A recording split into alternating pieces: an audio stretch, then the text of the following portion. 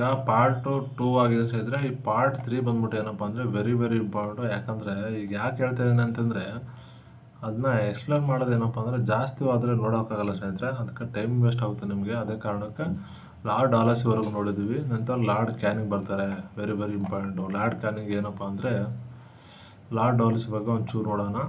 ದತ್ತುಮುಖ ಹಕ್ಕುಗಳ ನೀತಿಯನ್ನು ಜಾರಿ ತರ ಸತಾರ, ಜೈಪುರ, ಸಂಬಲ್ಪುರ, ತಿರ್ಗಿ ಉದಯಪುರ, ಝಾನ್ಸಿ, ನಾಗ್ಪುರ ಜಾರಿ ತರ್ತಾರೆ. ಅವಧು ನೆಕ್ಸ್ಟ್ ಏನಪ್ಪ ಉಡ್ಸ್ವರ್ದಿ ಶಿಫಾರಸು ಏನಪ್ಪ ಅಂದರೆ ವರ್ಲಾಕ್ರಮ್ ಶಾಲೆಗಳು ಏನಪ್ಪ ಉಡ್ಸ್ವರ್ದಿ ಶಿಕ್ಷಣ ಇಂಗ್ಲೀಷ್ ಶಿಕ್ಷಣ ಇರ್ಬೇಕಂತ ಜಾರಿ ತರ್ತಾರೆ ಲಾರ್ಡ್ ಆಲಸಿ. ಅದೇ ಬಾಂಬೆ ಮತ್ತು ಠಾಣೆ ಮಧ್ಯೆ ಗೊಂದಲ ಮೊದಲ ರೈಲ್ವೆ ಜಾರಿ ತರ್ತಾರೆ. ಕಲ್ಕತ್ತಾ, ಬಾಂಬೆ, ಮದ್ರಾಸ್, ಪೇಶಾವರ ಏನಪ್ಪ ಅಂದರೆ ಅಂಚೆ ವ್ಯವಸ್ಥೆಯನ್ನು ಜಾರಿಗೆ ತರ್ತಾರೆ ಸ್ನೇಹಿತರೆ. ವಿವಾಹ ಕಾಯ್ದೆ 1856 ಜಾರಿಗೆ ತರ್ತಾರೆ ಆಲಸಿ. ಲಾರ್ಡ್ ಕ್ಯಾನಿಂಗ್ ಬರ್ತಾರೆ ಸ್ನೇಹಿತರೆ, ವೆರಿ ವೆರಿ ಇಂಪಾರ್ಟೆಂಟು. ಇವ್ರೇನು ಭಾರತೀಯ ಇತಿಹಾಸ ಅತ್ಯಂತ ನಿರ್ಣಾಯಕ ಕಾಲಘಟ್ಟ ಅಂತ ಕರೀತಾರೆ ಇವ್ರ ಕಾಲದಲ್ಲಿ. ಏನಪ್ಪ ಅಂದರೆ ಗವರ್ನರ್ ಜನರಲಿಂದ ಏನಪ್ಪ ಅಂದರೆ ಗವರ್ನರ್ ವೈಸ್ರಾಯ್ಗೆ ಮೊದಲ ಭಾರತೀಯ ಭಾರತ ಮೊದಲ ವೈಸ್ರಾಯ್ಗೆ ಏನಪ್ಪ ಕ್ಯಾನಿಂಗ್ ನೇಮಕ ಮಾಡಲಾಗುತ್ತೆ. ಕ್ಯಾನಿಂಗ್ ಏನಪ್ಪ ಅಂದರೆ ಮಹಾದಂಗೆ, ಸಿಪಾಯಿ ದಂಗೆ ಇವರ ಆಳ್ವಿಕೆಯಲ್ಲಿ ಭಾರತ ಮೊದಲ ಸ್ವಾತಂತ್ರ್ಯ ಸಂಗ್ರಾಮ ಅಂತ ಕರೀತಾರೆ. ಏನಪ್ಪ ಅಂದರೆ ಸಿಪಾಯಿ ದಂಗೆ. ಇದರಲ್ಲಿ ಭಾರತ ಮೊದಲ ವೈಸ್ರಾಯ್ ಆಗಿ ಭಾರತ ನೇರ ಬ್ರಿಟಿಷ್ ಆಡಳಿತದಲ್ಲಿ ಏನಪ್ಪ ಅಂದ್ರೆ ಮೊದಲ ವೈಸ್ರಾಯ್ ಆಗ್ತಾರೆ. ಏನಪ್ಪ 1857 ದಂಗೆ ಆಗುತ್ತಲ್ಲ ಸ್ನೇಹಿತರೆ. ಆ ಸಂದರ್ಭದಲ್ಲಿ ಈಸ್ಟ್ ಇಂಡಿಯಾ ಕಂಪನಿ ಕೆಲವು ನಿರ್ಧಾರಗಳು ಈಸ್ಟ್ ಇಂಡಿಯಾ ಕಂಪನಿ ಕೊನೆಗೊಳ್ಳುತ್ತೆ. ಇವ್ರ ಕಾಲದಲ್ಲಿ ಈಸ್ಟ್ ಇಂಡಿಯಾ ಕಂಪನಿ ಕೊನೆಗೊಳ್ಳುತ್ತೆ. ಎಕ್ಸಾಮ್ ಕೇಳಿದ್ದಾರೆ ಸ್ನೇಹಿತರೆ, ಕೊನೆಗೊಂಡಿದ್ದು ಏನಪ್ಪ ಅಂದರೆ ಈಸ್ಟ್ ಇಂಡಿಯಾ ಕಂಪನಿ ಕೊನೆ ಆಗುತ್ತೆ. ರಾಣಿ ಬರ್ತಾಳೆ ಎಲಿಜಬೆತ್ತು ಏನಪ್ಪ ಅಂದರೆ ರಾಣಿ ಎಲಿಜಬೆತ್ ಏನಪ್ಪ ಅಂದರೆ ತನ್ನದೇ ಆದ ರೂಲ್ಸ್ಗಳನ್ನು ಜಾರಿ ತರ್ತಾರೆ. ದಯಾಮಯಿ ಕಾನೂನು ಅಂದರೆ ದಯಾಮಯ ಆಗಿರ್ತಾನೆ ಏನಪ್ಪ ಕ್ಯಾನಿಂಗ್ ಆಗಿರ್ತಾನೆ. ಯಾಕಂದರೆ ದಂಡನೆಗಿಂತ ಹೆಚ್ಚಾಗಿ ಶಾಂತಿ ಮತ್ತು ಕ್ಷಮಾಪಣಾ ನೀತಿಗಳನ್ನು ಅನುಸರಿಸ್ತಾನೆ. ದಯಾಮಯ ಕಾನೂನೊಂದು ಕ್ಯಾನಿಂಗ್ ಎಂದು ಬಿರುದು ಪಡೆದಿರ್ತಾನೆ. ಅಂದರೆ ದತ್ತುಮುಖ ಹಕ್ಕುಗಳ ನೀತಿಯನ್ನು ರದ್ದುಗೊಳಿಸ್ತಾನೆ ಇವನ ಕಾಲದಲ್ಲಿ. Very very important. ಲಾರ್ಡ್ ಆಲಸಿ ಜಾರಿ ತಂದಿರ್ತಾನೆ ಇದನ್ನು. 3 ವಿಶ್ವವಿದ್ಯಾಲಯಗಳು ಏನಪ್ಪ ಅಂದರೆ 3 ವಿಶ್ವವಿದ್ಯಾಲಯ ಸ್ಥಾಪನೆ ಮಾಡ್ತಾನೆ. ಕಲ್ಕತ್ತಾ, ಬಾಂಬೆ, ಮದ್ರಾಸ್ ಕೇಳಿದ್ದಾರೆ ಸ್ನೇಹಿತರೆ. ಎಕ್ಸಾಮ್ ವೆರಿ ವೆರಿ ಇಂಪಾರ್ಟೆಂಟ್ ಕೇಳಿದ್ದಾರೆ. ವಿಷಯದ ಜಾರಿ ತಂದಿದ್ದಾರಪ್ಪ ಅಂದರೆ ಕ್ಯಾನಿಂಗ್. ಕಾನೂನು ಸುಧಾರಣೆ ಏನಪ್ಪ ಅಂದರೆ ಕಾನೂನು ಭಾರತೀಯ ದಂಡ ಸಂಹಿತೆ. ಲಾರ್ಡ್ ಕ್ಯಾನಿಂಗ್ ಏನಪ್ಪ ಅಂದರೆ ಭಾರತೀಯ ದಂಡ ಸಂಹಿತೆ ಜಾರಿ ತಂದ IPC ಕೋಡ್ಗಳು ಏನಪ್ಪ ಅಂದರೆ ಇವ್ರ ಕಾಲದಲ್ಲಿ ಸಿದ್ಧಪಡಿಸ್ತಾರೆ ಕ್ಯಾನಿಂಗ್ ಕಾಲದಲ್ಲಿ. Indian council act, portfolio ಖಾತೆ ಹಂಚಿಕೆ ವ್ಯವಸ್ಥೆಯನ್ನು ಜಾರಿಗೆ ತರ್ತಾನೆ ಸ್ನೇಹಿತರೆ. ಹೈಕೋರ್ಟ್ ಸ್ಥಾಪನೆ, ಭಾರತ ನಗರಗಳಲ್ಲಿ ಹೈಕೋರ್ಟ್ ಸ್ಥಾಪನೆ ಮಾಡ್ತಾನೆ. ಆದಾಯ ತೆರಿಗೆ ಏನಪ್ಪ ಅಂದರೆ ಮೊದಲ ಬಾರಿಗೆ ಭಾರತದಲ್ಲಿ ಆದಾಯ ತೆರಿಗೆ ಜಾರಿಗೆ ತಂದರೆ ಯಾರಪ್ಪ ಅಂದರೆ ಕ್ಯಾನಿಂಗ್ ಆಗಿರುತ್ತೆ ಸ್ನೇಹಿತರೆ. ಕ್ಯಾನಿಂಗ್ ನಂತರ ಬಂದ್ಬಿಟ್ಟು ಲಾರ್ಡ್ ಎಡ್ಜಿಂಗ್ ಬರ್ತಾರೆ ಸ್ನೇಹಿತರೆ. ಇವ್ರೇನಪ್ಪ ಅಂದರೆ ವೈಸ್ರಾಯ್ ಆಗಿ. ಆಮೇಲೆ ಲಾರ್ಡ್ ಲಿಟ್ಟನ್ ಬರ್ತಾರೆ ಸ್ನೇಹಿತರೆ. ಎಡ್ಜಿನ್ ನಂತರ ಲಿಟ್ಟನು 1876ರಿಂದ 73 3 ವರ್ಷಗಳ ಕಾಲ ಆಳ್ವಿಕೆ ಮಾಡ್ತಾರೆ. ಯಾರಪ್ಪ ಅಂದರೆ ಲಾರ್ಡ್ ಲಿಟ್ಟನ್ನು. ಭಾರತ ಬ್ರಿಟಿಷ್ ಆಡಳಿತ ವಿರುದ್ಧ ತೀವ್ರ ಅಸಮಾಧಾನ ಉಂಟು ಮಾಡಿ ದಮನಕಾರಿ ನೀತಿಗಳನ್ನು ಜಾರಿಗೆ ತರ್ತಾನೆ. ಬ್ರಿಟಿಷರು ಏನಪ್ಪ ಅಂದರೆ ಯಾವುದೋ ರೂಲ್ಸ್ ತಂದಿರ್ತಾರೆ ಸುಧಾರಣೆಗೋಸ್ಕರ ಏನಪ್ಪ ಅಂದರೆ ಬ್ರಿಟಿಷ್ ಆಡಳಿತ ವಿರುದ್ಧ ತೀವ್ರ ಅಸಮಾಧಾನದಿಂದ ದಮನಕಾರಿ ನೀತಿಗಳು ಜಾರಿಗೆ ತರ್ತಾನೆ. ಯಾರಪ್ಪ ಅಂದರೆ ಲಾರ್ಡ್ ಲಿಟ್ಟನ್ನು. ಲಾರ್ಡ್ ಲಿಟ್ಟನ್ ದೇಶೀಯ ಪತ್ರಿಕಾ ಇದೆ ಅತ್ಯಂತ ವಿವಾದಾತ್ಮಕ ಭಾರತೀಯ ಭಾಷೆಗಳ ಪತ್ರಿಕೆ ಬ್ರಿಟಿಷ್ ಸರ್ಕಾರ ವಿರುದ್ಧ ಬರೆದಂತಹ ನಿರ್ಬಂಧಗಳನ್ನು ಹೇರಲು ಈ ಕಾಯ್ದೆ ಜಾರಿ ತರ್ತಾನೆ. ಪತ್ರಿಕಾ ಸ್ವಾತಂತ್ರ್ಯವನ್ನು ಕಿತ್ತುಕೊಂಡು ಕ್ಯಾನಿಂಗ್ ಆ್ಯಕ್ಟ್ ಅಂತ ಕರಿತಾರೆ. ಯಾಕಂದರೆ ಪತ್ರಿಕೆ ಏನೋ ಬರೀತಾ ಇರ್ತಾರೆ ಬ್ರಿಟಿಷ್ ವಿರುದ್ಧ ಬರೆಯಂಗಿಲ್ಲ ಅಂತಂದ್ಬಿಟ್ಟು ಏನಪ್ಪ ಅಂದರೆ ಪತ್ರಿಕೆ ನಿರ್ಬಂಧ ಕಾಯ್ದೆಯನ್ನು ಜಾರಿ ತರ್ತಾನೆ. ಭಾರತೀಯ ಸ್ವಾತಂತ್ರ್ಯ ಆ್ಯಕ್ಟು 1878ರಲ್ಲಿ ಬಂದ್ಬಿಟ್ಟು ಭಾರತೀಯ ಪರವಾನಗಿ ಇಲ್ಲದೆ ಶಸ್ತ್ರಾಸ್ತ್ರವನ್ನು ಹೊಂದುವಂತಿಲ್ಲ ಅಂದ್ಬಿಟ್ಟು ಶಸ್ತ್ರಾಸ್ತ್ರ ಕಾಯ್ದೆ ಜಾರಿ ತರ್ತಾರೆ. ಎಕ್ಸಾಮ್ಗೆ ವೆರಿ ವೆರಿ ಇಂಪಾರ್ಟೆಂಟ್ ಸ್ನೇಹಿತರೆ, ಇದು ನೋಡ್ಕೊಳ್ಳಿ. ఢిల్లీ ದರ್ಬಾರ್ ದಕ್ಷಿಣ ಭಾರತದಲ್ಲಿ ಭೀಕರ ಬರಗಾಲವಿದ್ದರೂ ಸಹ ಏನಪ್ಪ ಅಂದರೆ ಕೈಸರ್ ಹೇ ಹಿಂದ್ ಬಿರುದನ್ನು ಏನಪ್ಪ ಅಂದರೆ ರಾಣಿ ವಿಕ್ಟೋರಿಯಾ ಅವರಿಗೆ ಒದಗಿಸಿರ್ತಾನೆ ಸ್ನೇಹಿತರೆ. ಕೈಸರ್ ಹಿಂದ್ ಪದವಿ ಏನಪ್ಪ ಕೈಸರ್ ಹಿಂದ್ ಬಿರುದನ್ನು ನೀಡುತ್ತಾರೆ ಇವರಿಗೆ. ಯಾರಪ್ಪ ಅಂದರೆ ದಮನಕಾರಿ ಲಾರ್ಡ್ ಲಿಟ್ಟನ್ಗೆ. IPS ವಯೋನಿವೃತ್ತಿಯನ್ನು 18ರಿಂದ 19ಕ್ಕೆ ನಿರ್ಧಾರ ಮಾಡ್ತಾರೆ ಲಾರ್ಡ್ ಲಿಟ್ಟನ್. ಎರಡನೇ ಆಂಗ್ಲೋ ಆಫ್ಘನ್ ಯುದ್ಧದಲ್ಲಿ ಏನಪ್ಪ ಅಂದರೆ ಆಫ್ಘಾನನ್ನು ಸೋಲಿಸ್ತಾನೆ. ಬರಗಾಲ ಏನಪ್ಪ ಅಂದರೆ ಬರಗಾಲ ಆಯೋಗ ಜಾರಿಗೆ ತರ್ತಾರೆ ಲಾರ್ಡ್ ಲಿಟ್ಟನ್. ರಿಚರ್ಡ್ ಸ್ಟ್ರಾಚಿ ನೇತೃತ್ವದಲ್ಲಿ ಏನಪ್ಪ ಬಂಗಾಳದಲ್ಲಿ ಬರಗಾಲ ಆಯೋಗ ಜಾರಿಗೆ ತರ್ತಾನೆ. ಲಾರ್ಡ್ ಲಿಟ್ಟನ್ ದಮನಕಾರಿ ನೀತಿಗಳು ಭಾರತೀಯ ರಾಷ್ಟ್ರೀಯ ಕಾಂಗ್ರೆಸ್ ಸ್ಥಾಪನೆ ಆಗಲು ಮತ್ತು ಅಲ್ಲಿನ ರಾಷ್ಟ್ರೀಯತೆ ಬೆಳವಣಿಗೆ ಆಗಲು ಪ್ರೇರಣೆ ಆಯಿತು. ಲಿಟ್ಟನ್ ಏನು ಜಾರಿಗೆ ತರ್ತಾನಪ್ಪ ಅಂದರೆ ರಾಷ್ಟ್ರೀಯ ಕ್ರಾಂತಿಯನ್ನು ಎಬ್ಬಿಸ್ತಾನೆ ಸ್ನೇಹಿತರೆ. ವೆರಿ ವೆರಿ ಇಂಪಾರ್ಟೆಂಟ್ ಲಿಟ್ಟನ್ನು. ಸ್ಥಳೀಯ ಸ್ವಯಂ ಸರ್ಕಾರದ ಪಿತಾಮಹ ಎನಿಸ್ಕೊಂಡ ರಾಡ್ ರಿಪ್ಪನ್ ಬರ್ತಾನೆ ಸ್ನೇಹಿತರೆ ನೆಕ್ಸ್ಟ್ ಲಿಟ್ಟನ್ ನಂತರ. ಮತ್ತು ಮೌಂಟ್ ಸ್ಟುವರ್ಟ್ ಎಲ್ಫಿನ್ಸ್ಟನ್ ಏನಪ್ಪ ಅಂದರೆ ಭಾರತೀಯ ಇತಿಹಾಸದಲ್ಲಿ ಇಬ್ಬರು ಪ್ರಮುಖ ಎಲ್ಫಿನ್ಸ್ಟನ್ ಇರ್ತಾರೆ ಸ್ನೇಹಿತರೆ. ಒಂದು ಫಸ್ಟ್ ಎಲ್ಫಿನ್ಸ್ಟನ್ ಮತ್ತು ಎರಡನೇ ಎಲ್ಫಿನ್ಸ್ಟನ್ ಅಂತ. ಮೌಂಟ್ ಸ್ಟುವರ್ಟ್ ಎಲ್ಫಿನ್ಸ್ಟನ್ ಏನಪ್ಪ ಅಂದರೆ ಬಾಂಬೆ ಮತ್ತು ಗವರ್ನರ್ ಜನರಲ್ ಸೇವೆ ಸಲ್ಲಿಸಿ ಭಾರತೀಯ ಅತಿ ಹೆಚ್ಚು ನೆನಪುಳಿತಾರೆ ಸ್ನೇಹಿತರೆ. ಬಾಂಬೆ ಮತ್ತು ಮುಂಬೈಯಲ್ಲಿ ಗವರ್ನರ್ ಜನರಲ್ ಆಗಿರ್ತಾರೆ ಯಾರಪ್ಪ ಅಂದರೆ ಎಲ್ಫಿನ್ಸ್ಟನ್. ಇಂಗ್ಲೀಷ್ ಶಿಕ್ಷಣದ ಪಿತಾಮಹ ಬಾಂಬೆಯಲ್ಲಿ ಅಂತ ಕರೀತಾರೆ ಇವ್ರನ್ನ. ಭಾರತೀಯ ಆಧುನಿಕ ಶಿಕ್ಷಣವನ್ನು ಎಲ್ಫಿನ್ಸ್ಟನ್ ಕಾಲೇಜ್ ಜಾರಿ ತರ್ತಾರೆ. ಎಲ್ಫಿನ್ಸ್ಟನ್ ಕೋಡನ್ನು ಆಡಳಿತ ಮತ್ತು ಬಾಂಬೆ ಪ್ರಾಂತ್ಯದ ಆಡಳಿತ ಮತ್ತು ನ್ಯಾಯಾಂಗ ವ್ಯವಸ್ಥೆಯಲ್ಲಿ ಜಾರಿ ತರ್ತಾರೆ. ಇತಿಹಾಸಕಾರ ಏನಪ್ಪ ಅಂದರೆ ಹಿಸ್ಟ್ರಿ ಆಫ್ ಇಂಡಿಯಾ ಪುಸ್ತಕಗಳನ್ನು ಜಾರಿ ತರ್ತಾನೆ. ಹಿಸ್ಟ್ರಿ ಆಫ್ ಇಂಡಿಯಾ ಪುಸ್ತಕ ಬರೀತಾನೆ. ರೈತವಾರಿ ಪದ್ಧತಿ ಎಲ್ಫಿನ್ಸ್ಟನ್ ಕಾಲದಲ್ಲಿ ಕಂದಾಯ ಪದ್ಧತಿ ಜಾರಿ ತರ್ತಾರೆ. ರೈತವಾರಿ ಪದ್ಧತಿ ಕಂದಾಯ ಪದ್ಧತಿಯಾಗಿ ಜಾರಿ ತರ್ತಾರೆ. ಭಾರತೀಯ ಗವರ್ನರ್ ಜನರಲ್ ಹುದ್ದೆ ನಿರಾಕರಣೆ. 2 ಬಾರಿ ಭಾರತ ಗವರ್ನರ್ ಜನರಲ್ ಆಗಿ ಆಗುವ ಅವಕಾಶ ಇವನು ನಿರಾಕರಿಸ್ತಾನೆ ಸ್ನೇಹಿತರೆ. ಯಾರು? ಎಲ್ಫಿನ್ಸ್ಟನ್. ಲಾರ್ಡ್ ಜಾನ್ ಎಲ್ಫಿನ್ಸ್ಟನ್ ಇವನು 2ನೇ ಆಗಿರ್ತಾನೆ. ಲಾರ್ಡ್ ಎಲ್ಫಿನ್ಸ್ಟನ್ ಆಗಿರ್ತಾನೆ ಸ್ನೇಹಿತರೆ. ನೆಕ್ಸ್ಟ್ ಬಂದ್ಬಿಟ್ಟು ಇವನೇನಪ್ಪ ಅಂದರೆ ಬಾಂಬೆ ಗವರ್ನರ್ ಸೇವೆ ಸಲ್ಲಿಸ್ತಾನೆ. 1857ರಲ್ಲಿ ದಂಗೆ ಬಂದ ಸಮಯದಲ್ಲಿ ಬಾಂಬೆ ಪ್ರಾಂತ್ಯ ಶಾಂತಿಯನ್ನು ಕಾಪಾಡಲು ಪ್ರಮುಖ ಪಾತ್ರ ವಹಿಸ್ತಾನೆ. ಮುಂಬೈ ವಿಶ್ವವಿದ್ಯಾಲಯ ಜಾರಿಗೆ ತರ್ತಾನೆ ಸ್ನೇಹಿತರೆ 1857ರಲ್ಲಿ. ಕಂದಾಯ ಕಾಮಗಾರಿಗಳಲ್ಲಿ ಮುಖ್ಯವಾಗಿ ಏನಪ್ಪ ಅಂದರೆ ಅರ್ಬನ್ ರಕ್ಷಣೆ ಮತ್ತು ಟೆಲಿಗ್ರಾಫ್ ವ್ಯವಸ್ಥೆ ಮತ್ತು ರಸ್ತೆಗಳ ಸುಧಾರಣೆ ಜಾರಿಗೆ ತರ್ತಾನೆ. ಏನಪ್ಪ ಲಾರ್ಡ್ ಜಾನ್ ಲಾರೆನ್ಸ್ ಬರ್ತಾನೆ ಸ್ನೇಹಿತರೆ. ನೆಕ್ಸ್ಟ್ ಏನಪ್ಪ ಪಂಜಾಬಿನ ರಕ್ಷಕ ಎಂದು ಕರೀತಾರೆ ಇವನ್ನ. ಭಾರತ ವೈಸ್ರಾಯ್ ಸೇವೆ ಸಲ್ಲಿಸ್ತಾನೆ. ಯಾರಪ್ಪ ಅಂದರೆ ಲಾರ್ಡ್ ಲಾರೆನ್ಸು. ಲಾರ್ಡ್ ಲಾರೆನ್ಸ್ ಅಲ್ಲ ಬಂದ ನಿಷ್ಕಲ್ಮತೆ ನೀತಿ.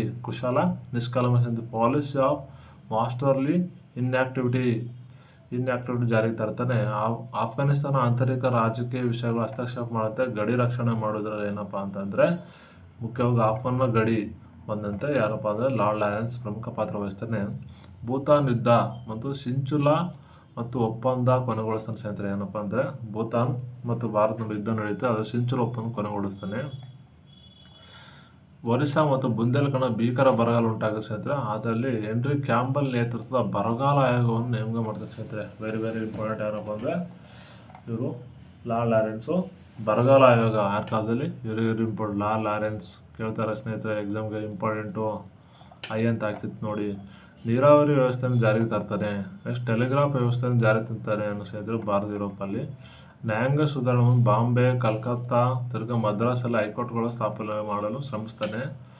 ಸಿಮ್ಲಾ ಬೇಸಿಗೆ ರಾಜಧಾನಿಯಾಗಿ ಮಾಡ್ತಾನೆ ಸ್ನೇಹಿತರೆ ಲಾರ್ಡ್ ಲಾರೆನ್ಸ್. ನಂತರ ಏನಪ್ಪ ಲಾರ್ಡ್ ಮೇಯೋ ಬರ್ತಾನೆ ಸ್ನೇಹಿತರೆ. ಜನಗಣತಿ ಪದ್ಧತಿ ಜಾರಿ ತಂದು lord Mayo. Very very important ಸ್ನೇಹಿತರೆ ಲಾರ್ಡ್ ಮೇಯೋ. ಲಾರ್ಡ್ ಲಾರೆನ್ಸ್ ಬಂದ್ಬಿಟ್ಟು ಭೂತಾನ್ ಯುದ್ಧ, ಕಲ್ಕತ್ತಾ, ಮದ್ರಾಸ್, ಬಾಂಬೆ ಹೈಕೋರ್ಟ್ ಸ್ಥಾಪನೆ, 18 ವರ್ಷದಲ್ಲಿ ಭೀಕರ ಬರಗಾಲವನ್ನು ಜಾರಿಗೆ ತರ್ತಾನೆ. ಇದು ಎಕ್ಸಾಮ್ ಇಂಪಾರ್ಟೆಂಟ್, ಭೀಕರ ಬರಗಾಲ. ಲಾರ್ಡ್ ಮೇಯೋ ಬಂದ್ಬಿಟ್ಟು 1869-72 ಇವನು 3 ವರ್ಷ ಕಾಲ ಮಾಡ್ತಾನೆ. 4ನೇ ವೈಸ್ರಾಯಾಗಿ ಸೇವೆ ಸಲ್ಲಿಸ್ತಾನೆ ಸ್ನೇಹಿತರೆ. ಜನಗಣತಿ ವ್ಯವಸ್ಥೆ ಇವ್ರ ಕಾಲದಲ್ಲಾಗುತ್ತೆ. ಲಾರ್ಡ್ ಮೇಯೋ ಬಂದು ಮೊದಲ ಜನಗಣತಿ ಕೇಳಿದರೆ ಎಕ್ಸಾಮ್ಗೆ 1871ರಲ್ಲಿ ಜನಗಣತಿ ಸುಧಾರಕ ಎಂದು ಕರೀತಾರೆ. ಆರ್ಥಿಕ ವಿಕೇಂದ್ರೀಕರಣ ಬಂದ್ಬಿಟ್ಟು ವಿಕೇಂದ್ರೀಕರಣದಲ್ಲಿ ಮುಖ್ಯವಾಗಿ ಮೊದಲ ಬಾರಿಗೆ ಆರ್ಥಿಕ ವಿಕೇಂದ್ರೀಕರಣ ಮಾಡ್ತಾನೆ ಸ್ನೇಹಿತರೆ. ಇಲಾಖೆ ಸ್ಥಾಪನೆ ಏನಪ್ಪ ಕಂದಾಯ, ಕೃಷಿ, ವಾಣಿಜ್ಯ ಇಲಾಖೆಗಳನ್ನು ಸ್ಥಾಪನೆ ಮಾಡಲಾಗುತ್ತೆ ಇವನ ಕಾಲದಲ್ಲಿ. ಮೇಯೋ ಕಾಲೇಜನ್ನು ಸ್ಥಾಪನೆ ಮಾಡ್ತಾನೆ ಸ್ನೇಹಿತರೆ. ಸಂಖ್ಯಾಶಾಸ್ತ್ರ ಪದ್ಧತಿ, ಆರ್ಥಿಕ ಸಾಮಾಜಿಕ ಸ್ಥಿತಿಗತಿಗಳನ್ನು ಏನಪ್ಪ ಅಂದರೆ ಸಂಖ್ಯಾಶಾಸ್ತ್ರ ಪದ್ಧತಿಯನ್ನು ಜಾರಿ ತರ್ತಾನೆ ಮೇಯೋ. ಜನಗಣತಿ, ಸಂಖ್ಯಾಶಾಸ್ತ್ರ ವೆರಿ ವೆರಿ ಇಂಪಾರ್ಟೆಂಟ್ ಇವನ ಕಾಲದಲ್ಲಿ. ನೆಕ್ಸ್ಟ್ ಏನಪ್ಪ ಅಂದರೆ ಕೊಲೆಗೀಡಾದ ಮೊದಲ ವೈಸ್ರಾಯ್ ಆಗಿರ್ತಾನೆ ಸ್ನೇಹಿತರೆ. ಅಂಡಮಾನ್ ಪೋರ್ಟ್ ವಿಲಿಯಂನಲ್ಲಿ ಸೆಲ್ಯುಲರ್ ಜೈಲಿನಲ್ಲಿ ವೀಕ್ಷಣೆ ಹೋಗುತ್ತಾನೆ. ಅಲ್ಲಿನ ಶೇರ್ ಅಲಿ ಅಫ್ರಿದಿ ಎಂಬ ಕೈದಿಯಿಂದ ಹತ್ಯೆಗೀಡಾಗಿ ಭಾರತ ಏಕೈಕ ವೈಸ್ರಾಯ್ ಏನಪ್ಪ ಅಂದರೆ ಅಫ್ರಿದಿ ಕೊಲೆ ಮಾಡ್ತಾರೆ. ನೆನಪಲ್ಲಿ ಇಟ್ಕೊಳ್ಳಿ ಸ್ನೇಹಿತರೆ ಕೇಳ್ತಾರೆ. ರೈಲ್ವೆ ಮತ್ತು ಅಭಿವೃದ್ಧಿ ಯಾರಪ್ಪ ಅಂದರೆ ರೈಲ್ವೆ ಅಭಿವೃದ್ಧಿ ಸ್ನೇಹಿತರೆ.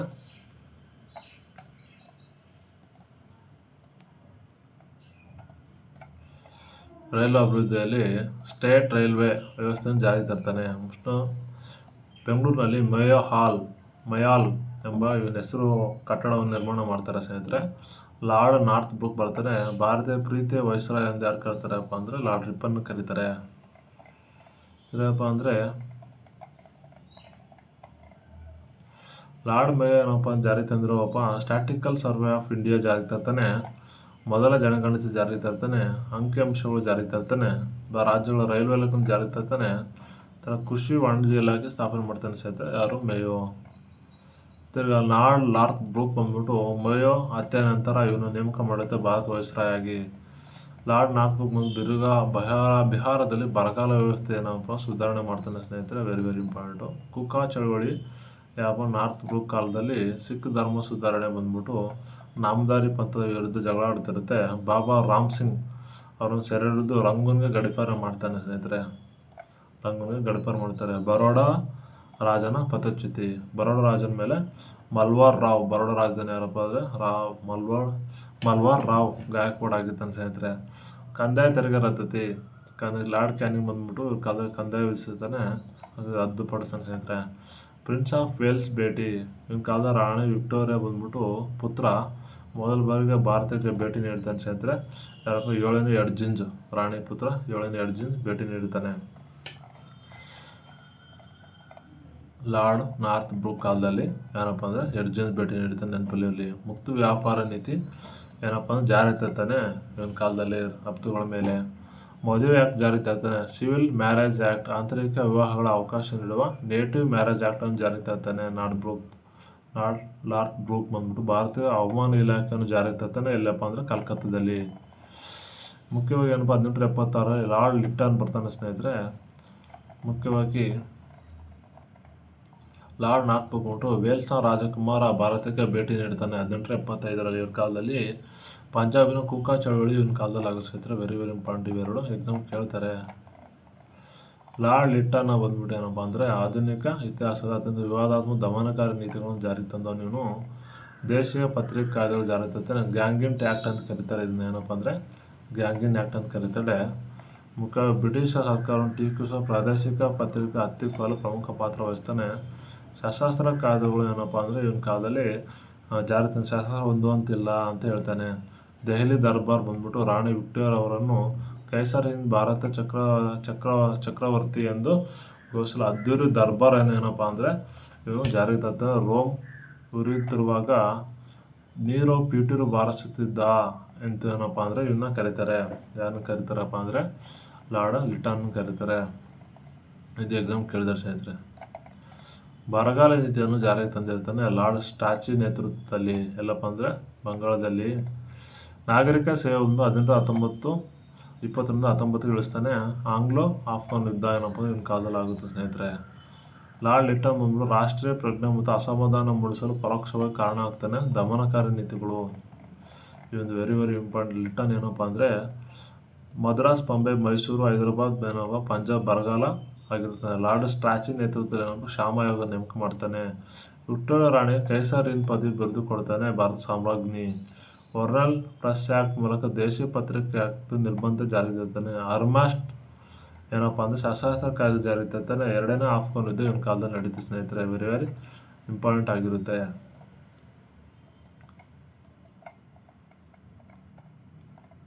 ಲಾರ್ಡ್ ರಿಪ್ಪನ್ ಬರ್ತಾನೆ ಸ್ನೇಹಿತರೆ. ಏನಪ್ಪ ಅಂದರೆ ಲಾರ್ಡ್ ರಿಪ್ಪನ್ ಬರ್ತಾನೆ. ವೆರಿ ವೆರಿ ಇಂಪಾರ್ಟೆಂಟ್ ಸ್ನೇಹಿತರೆ.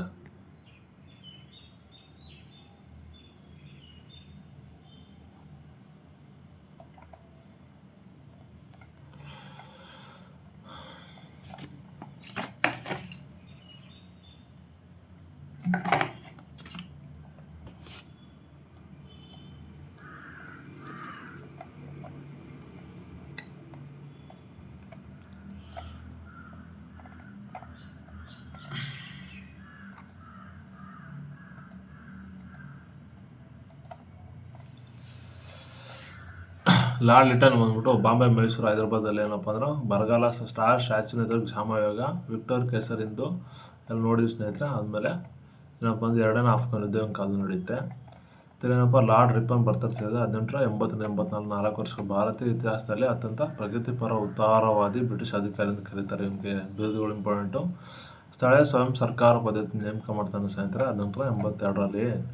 ಸ್ಥಳೀಯ ಸರ್ಕಾರ ಪಿತಾಮಹ ಅಂತ ಕರೀತಾರೆ. ದೇಶೀಯ ಪತ್ರಿಕೆ ಆ್ಯಕ್ಟ್ ಯಾರಪ್ಪ ಲಿಟ್ಟನ್ ಜಾರಿ ತಂದಿರ್ತಾನೆ ಸ್ನೇಹಿತರೆ. ಅದನ್ನ ರದ್ದುಪಡಿಸ್ತಾರೆ ಯಾರಪ್ಪ ಅಂದರೆ ಲಾರ್ಡ್ ರಿಪ್ಪನ್ ಆಗುತ್ತೆ. Very very important exam point ಆಫು. ಏನಪ್ಪ ಅಂದರೆ ಮೊದಲ ಫ್ಯಾಕ್ಟ್ರಿ ಆ್ಯಕ್ಟ್ ಏನಪ್ಪ ಅಂದರೆ ಕಾರ್ಖಾನೆ ಕೆಲಸ ಮಾಡೋ ಕಾರ್ಮಿಕರೇ ಫ್ಯಾಕ್ಟ್ರಿ ಜಾರಿ ತರ್ತಾನೆ. ಅಂಟರ್ ಶಿಕ್ಷಣ ಆಯೋಗ ವಿಲಿಯಂ ಅಂಟರ್ ನೇತೃತ್ವದ ಅಂಟರ್ ಶಿಕ್ಷಣ ಆಯೋಗ ಜಾರಿ ತರ್ತಾನೆ.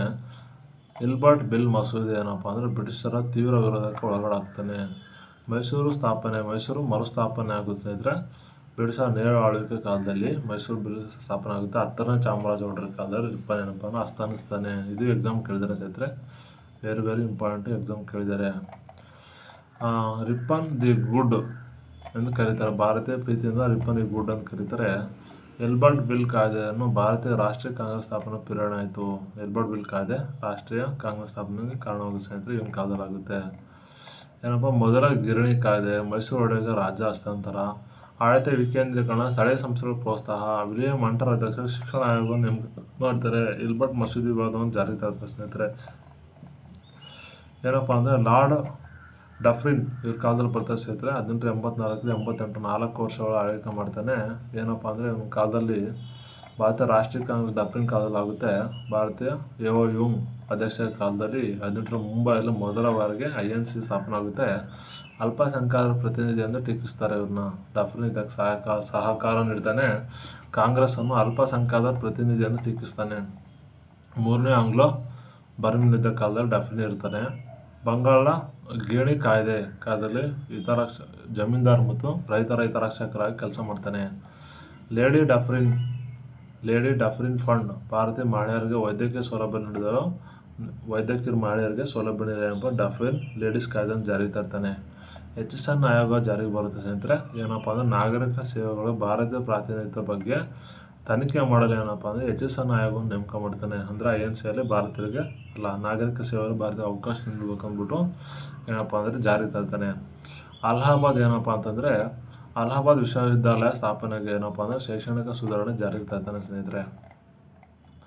ಡಫ್ರಿನ್ ಬಂದ್ಬಿಟ್ಟು ಭಾರತ ಮೊದಲ ಮೂರನೇ ಬರ್ಮಾ ಯುದ್ಧ, ಭಾರತೀಯ ರಾಷ್ಟ್ರೀಯ ಕಾಂಗ್ರೆಸ್ ಸ್ಥಾಪನೆ ಕಾಲದಲ್ಲಿ ಇರ್ತಾನೆ ಸ್ನೇಹಿತರೆ. ಇಷ್ಟು ಹೇಳ್ಬಿಟ್ಟು ಕ್ಲಾಸ್ ಮುಗಿಸಿದಾನೆ. ಪಾರ್ಟ್ 3 ಸ್ನೇಹಿತರೆ. ಪಾರ್ಟ್ 4 ನೋಡೋಣ. ಇಲ್ಲಿಗೆ ಎಷ್ಟು ಪೇಜ್ ಆಗುತ್ತಪ್ಪ ಅಂತಂದರೆ 73 ಪೇಜ್, 30 ಪೇಜ್ ಇದೆ. ಅದನ್ನು ನೆಕ್ಸ್ಟ್ ಪಾರ್ಟಲ್ಲಿ ಮುಗಿಸ್ಬಿಡೋಣ ಸ್ನೇಹಿತರೆ. ಇಲ್ಲಿ ಲೆಂತ್ ಆಗುತ್ತೆ.